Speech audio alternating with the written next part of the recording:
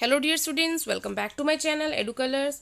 बच्चों, आज हम इस वर्कशीट में पढ़ेंगे क्लास 7th की वर्कशीट नंबर 1, जो कि 9 जुलाई को आपको मिलेगी। चैप्टर है हमारा सौर मंडल। अब हमें अपने सौर मंडल के बारे में जानना है कि हमारे सौर मंडल में कौन कौन सी चीज़ें शामिल होती हैं, ग्रह क्या होते हैं, ठीक है, सूर्य का क्या कार्य है। तो ये सारी चीज़ों के बारे में हम इस वर्कशीट में पढ़ेंगे। तो चलिए वर्कशीट जो है आज की शुरू करते हैं।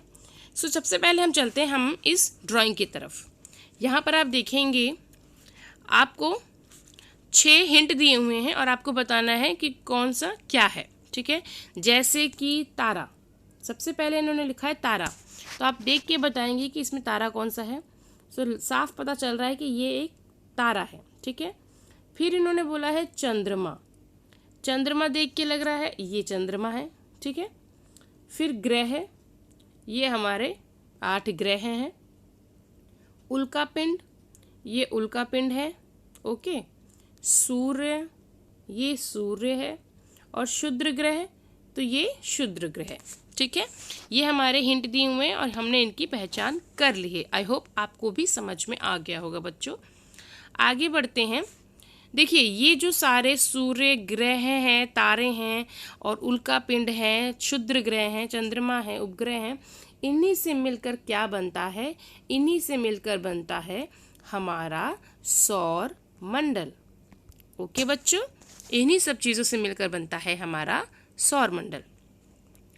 अब आपको अपने एक बुक में इंटरनेट से देखना है सौर मंडल का चित्र और उसको अपनी कॉपी में बनाना है और कलर करना है। अब यहाँ पर एक फिल इन द ब्लैंक्स दिया हुआ है, उसको हम फिल करेंगे और हमें हिंट जो है वो यहाँ पर दिए हुए हैं और इसी हिंट के माध्यम से हमें सारे के सारे फिल इन द ब्लैंक्स को फिल करना है। तो सूर्य डैश के केंद्र में स्थित है, तो इसमें आ जाएगा आपका सौर मंडल, ठीक है। सबसे पहले आएगा सौर मंडल। ये बहुत दूर है या फिर बड़ा है, ठीक है, ये बहुत बड़ा है। दूसरे नंबर पर आ जाएगा बड़ा है एवं अत्यधिक गर्म गैसों से बना है, ठीक है। सूर्य की बात हो रही है। डैश सौर मंडल के लिए प्रकाश एवं ऊष्मा का एकमात्र स्रोत है, तो क्या है? सूर्य, यहाँ पर आ जाएगा सूर्य। उसके बाद डैश के पास अपनी ऊष्मा एवं प्रकाश नहीं होता, तो ग्रहों के पास अपनी ऊष्मा एवं प्रकाश नहीं होता, ये तारों से ऊष्मा ग्रहण करते हैं। सूर्य भी एक क्या है? सूर्य भी एक तारा है, तो यहाँ आ जाएगा सूर्य भी एक तारा है। सौरमंडल के सभी डैश ग्रह एक निश्चित पथ पर सूर्य के चक्कर लगाते हैं, ठीक है। तो यहाँ पर सौरमंडल के सभी 8 ग्रह, ठीक है, यहाँ पर आ जाएगा 8 ग्रह। उसके बाद आएगा, इसे डैश कहते हैं। इसे क्या कहते हैं? इसे कहते हैं कक्षा। जब सन है और उसके आसपास ये जब चक्कर लगाते हैं सारे ग्रह, तो इसे कक्षा कहते हैं, ठीक है। इसे क्या कहते हैं? कक्षा। उसके बाद आएगा, क्षुद्र ग्रह डैश एवं डैश की कक्षाओं के मध्य पाए जाते हैं। तो क्षुद्र ग्रह जो हैं वो मंगल और बृहस्पति, पहले मंगल आएगा फिर इसमें बृहस्पति आएगा, ठीक है। यानी कि अगर आप देखेंगे सौरमंडल का चित्र, तो मंगल ग्रह है, उसके बाद क्षुद्र ग्रह की पट्टी है, उसके बाद फिर हमारा जो जुपिटर है वो है।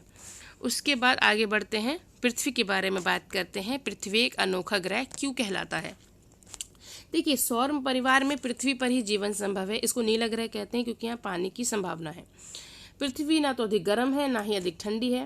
वायु में जीवन के लिए आवश्यक गैसें जैसे ऑक्सीजन यहाँ पर मौजूद है। इन्हीं कारणों से पृथ्वी को सौरमंडल का सबसे अद्भुत ग्रह कहते हैं। अंतरिक्ष से देखने पर पृथ्वी नीले रंग की दिखाई पड़ती है क्योंकि इसकी 2/3 सतह जो है वो पानी से कवर है, ठीक है। तो यह मतलब 70% जो है वो पानी है।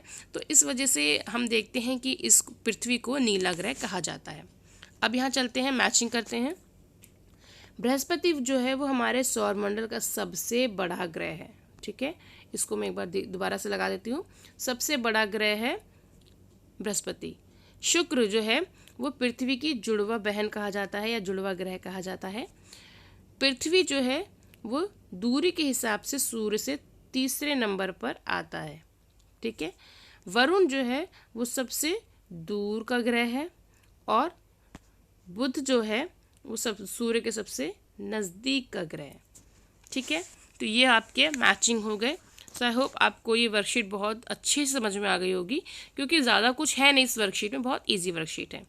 सो बच्चों, ये वर्कशीट को आगे शेयर कीजिए अपने फ्रेंड्स में। मेरे चैनल एडू कलर्स को सब्सक्राइब करें।